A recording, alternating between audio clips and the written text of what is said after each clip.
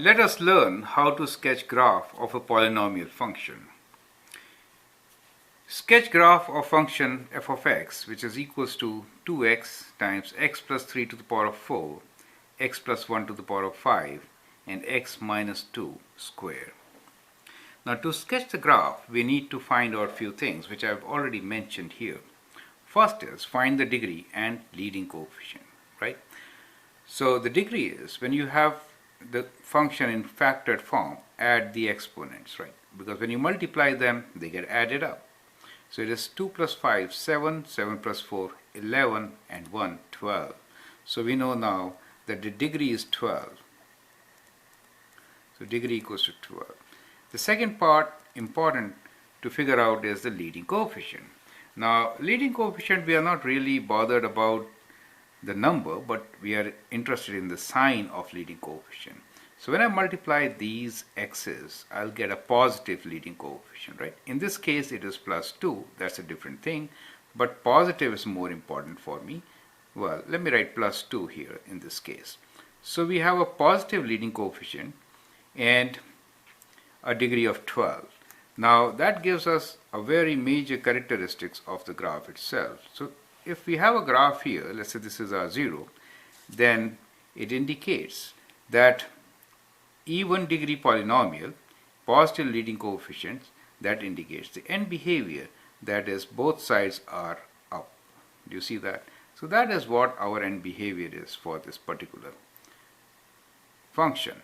So we can write end behavior is as when x approaches plus or minus infinity, y approaches plus infinity. It's both sides up, since the degree is even and leading coefficient is plus 2. Now, x and y intercepts are very important to figure out. X intercepts are actually your zeros, right? And y intercept is kind of a checkpoint. So that is why I always want you to write what y intercept is, right? X intercept will plot on our number line, right? So let's go for x intercepts first. It is 2x. So this gives me 1, 2, 3. There are 4 x-intercepts according to this factored form of our polynomial. So the first one is at 0. So this is my x-intercept. And whenever you write x-intercepts, also mention their order. That is 0 behavior. That is the zero's behavior at the x-intercept. So order for x is 1. So I'm writing 1 here down below. It tells me, well, this is kind of going like a straight line. Then we have next x-intercept is at minus 3. Let's say this is my minus 3 point. And here the order is 4. So order, or there are 4 zeros. It means there are 4 zeros at minus 3, correct? So they'll bounce back. Now here at x equals to minus 1, we have another x-intercept, and this order is 5. So this will like cross it, right? And then we have finally at x equals to 2. So let's say this is my point 2, and the order for this is 2, right? So we got our order of x zeros. So when we say x-intercept is where the graph will cross x-axis. And when we are saying zeros, then we are actually interested in how will it cross x-axis? Will it bounce back or cross? That depends on the order, right? That's why this order is very important. Now let's consider the graph while moving from left to right. That is kind of very important. Move from left to right. So as you move from left to right, you see you'll cross this point minus, you'll first come across this x-intercept. Now since this is degree 4, you need to bounce back, right? So you'll not really cross it, you'll bounce back. Now here this is degree 5. So degree 5 means you have to cross, but with a flatter kind of a thing. Do you understand? Now you're on this part of the graph, which is the negative part. Now 0, you have to cross here as a linear function, straight line.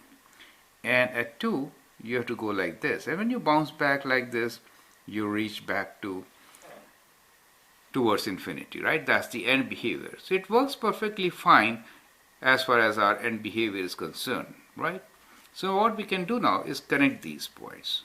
So when we connect these points, we can say, well, this is my graph. So this, I'm going like this, and here I'm connecting this. Do you see that how I'm connecting? and then I'm doing connecting like this, one after the other, and that is my graph for this particular function. So this is how you can do it. Well, once you have a graph paper and a bigger space to do it, you can of course do a much better job than this, right? So we got all our x-intercept. We didn't really bother about the y-intercept this time. Y-intercept is 0. If I write x equals to 0, what do I get? I get 0, right? So x-intercepts are plotted here, and this is also my y-intercept, right? So y-intercept is, it goes through 0, 0, the origin itself. In any way, let's try to understand what we did here. So when you look at the equation, first find the degree of the equation by adding up all the exponents if the equation is given you in the factored form. If it is not given in factored form, you're supposed to factor it and then you can graph it. Otherwise, it is extremely difficult. Now, so you know the degree. Now you write down what is the leading coefficient. We are more interested in sign of the leading coefficient. Sign and degree. Sign of leading coefficient and the degree decides the end behavior. So once we know the end behavior, we kind of know from where the graph starts and where it ends. Then look into the x-intercepts. These are the zeros. And remember to always make a note of order of zeros, because order of zeros decide whether the graph will bounce back or cross, or how will it cross, right? If the degree is higher, it is flatter at the x-intercept. Remember that part, okay? So for example, here, degree of this one is 4. So it has to be flatter than degree 2, than this portion, right? So it has to be twice as flat as here. Since there are 2 zeros here of degree 2, here there's 1 zero of degree 2, okay? So that helps. X and y-intercepts, x-intercepts we already plot in the form of zeros, y-intercept is a checkpoint for you. Understand nature of zeros, of course. When you have, this is what I'm saying, order of zeros. So when you combine order of zeros with your x-intercepts, and then you connect your points to sketch the graph.